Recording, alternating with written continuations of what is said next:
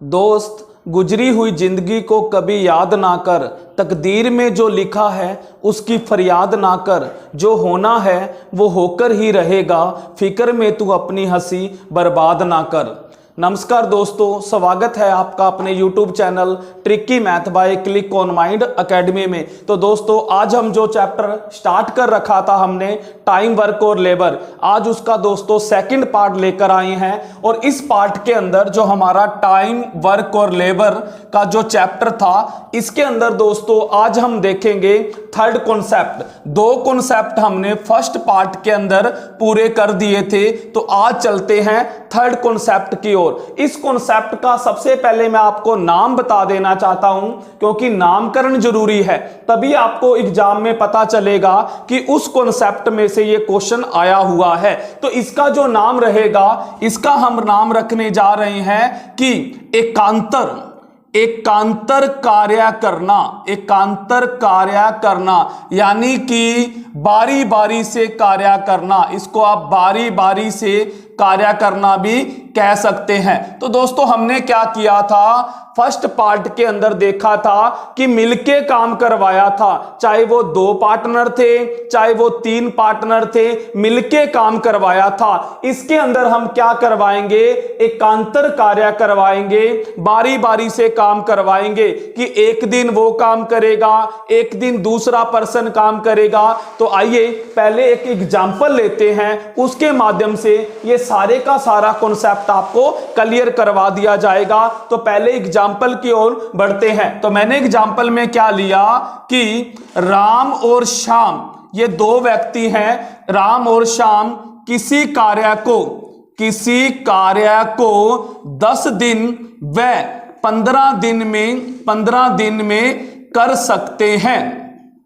सकते हैं। उन्होंने बारी बारी से या एकांतर कार्य करना शुरू कर दिया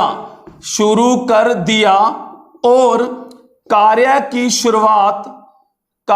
की शुरुआत राम द्वारा की गई।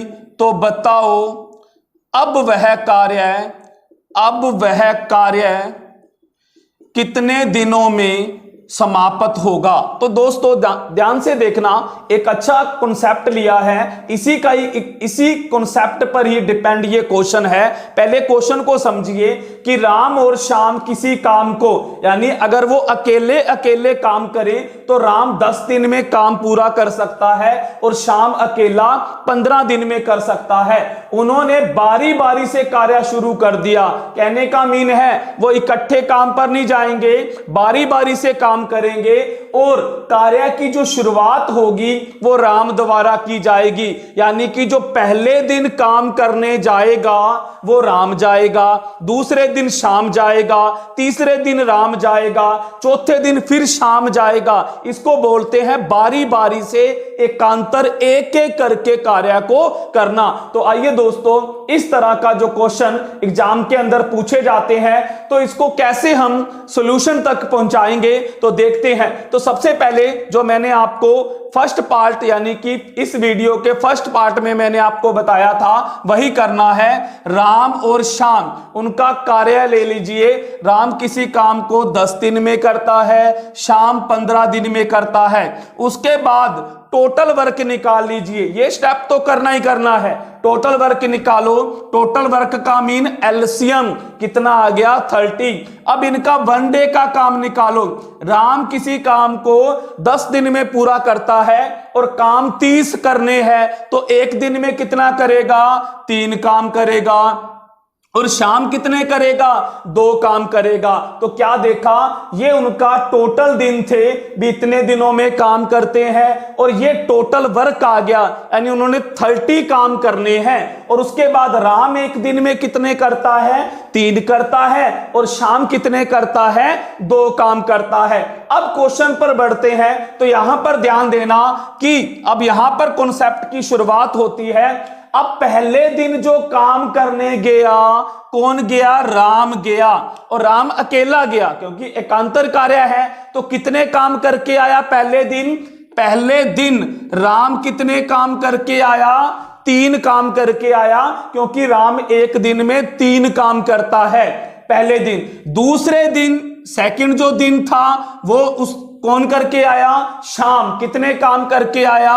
2 काम करके आया।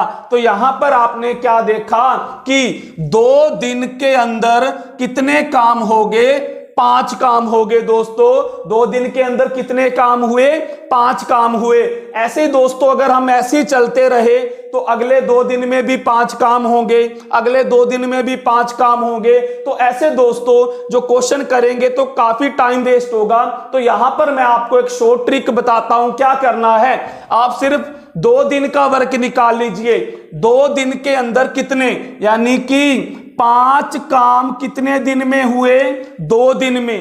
5 काम 2 दिन में हुए। फिर आपने क्या करना है? ऊपर और नीचे मल्टीप्लाई करनी है एक ही संख्या से, और वो संख्या लेनी है जिससे हमने 30 तक जाना है, 30 से ऊपर नहीं जाना। तो ये लो दोस्तों, अगर मैं 5 को 6 से मल्टीप्लाई करता हूं तो 30 काम मेरे पूरे हो जाते हैं। तो नीचे भी क्या करना पड़ेगा?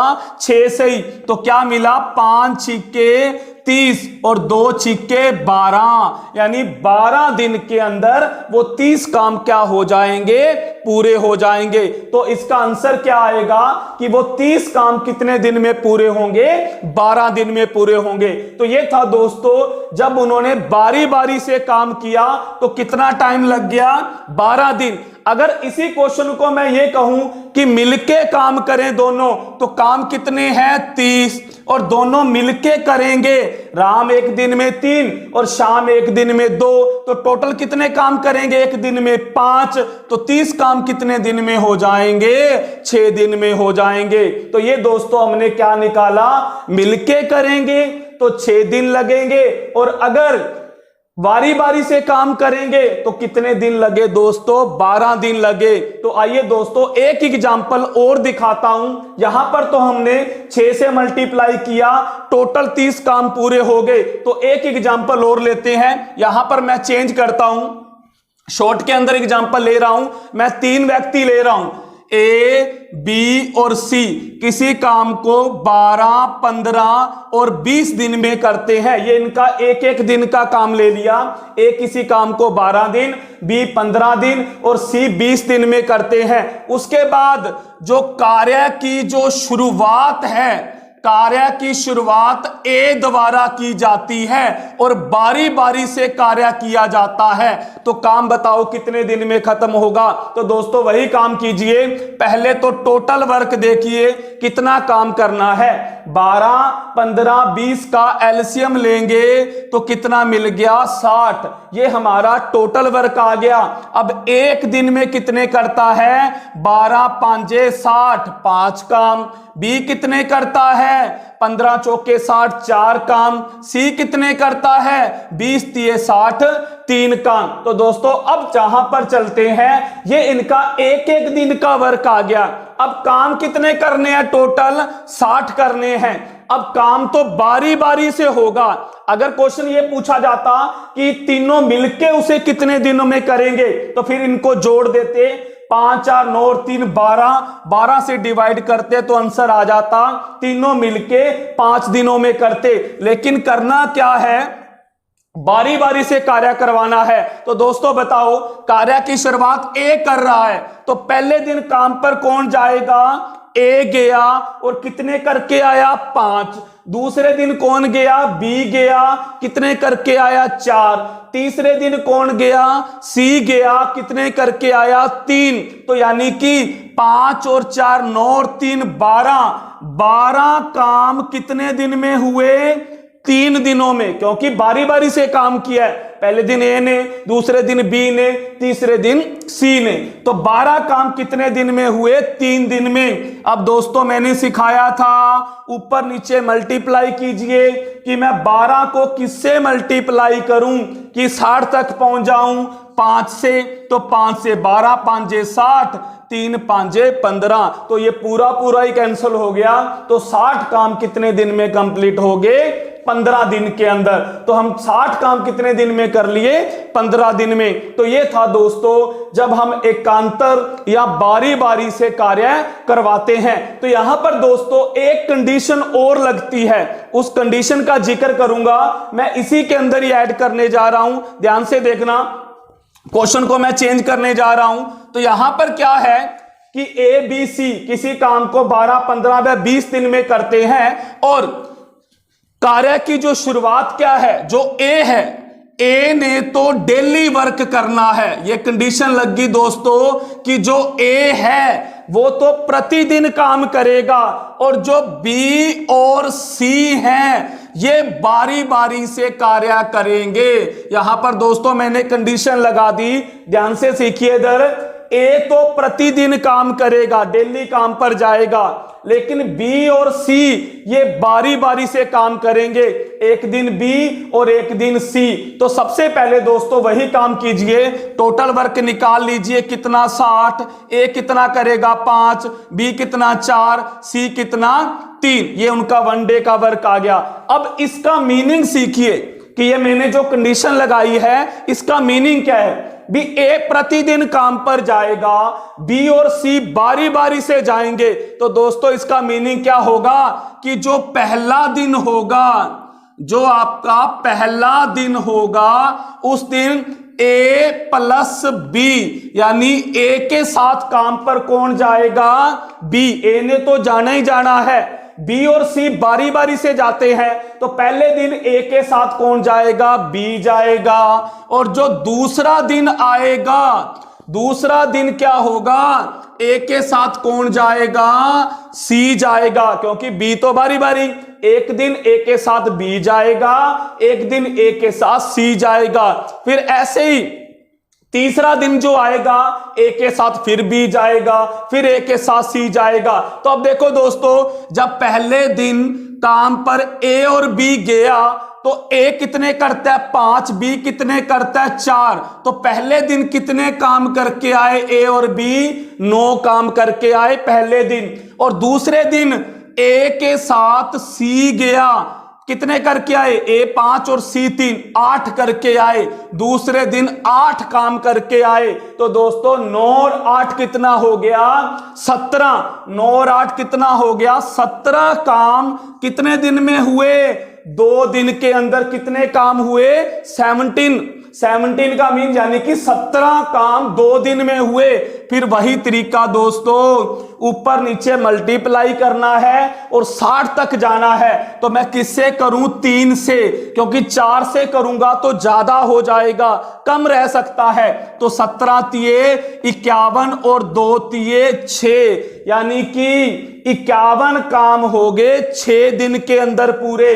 अब दोस्तों मुझे ये बताओ अभी कितना काम पेंडिंग है? 60 में से 51 काम हो गए 6 दिन में। कितना काम पेंडिंग है? 9 काम पेंडिंग है, 9 काम। अब दोस्तों बारी किसकी है?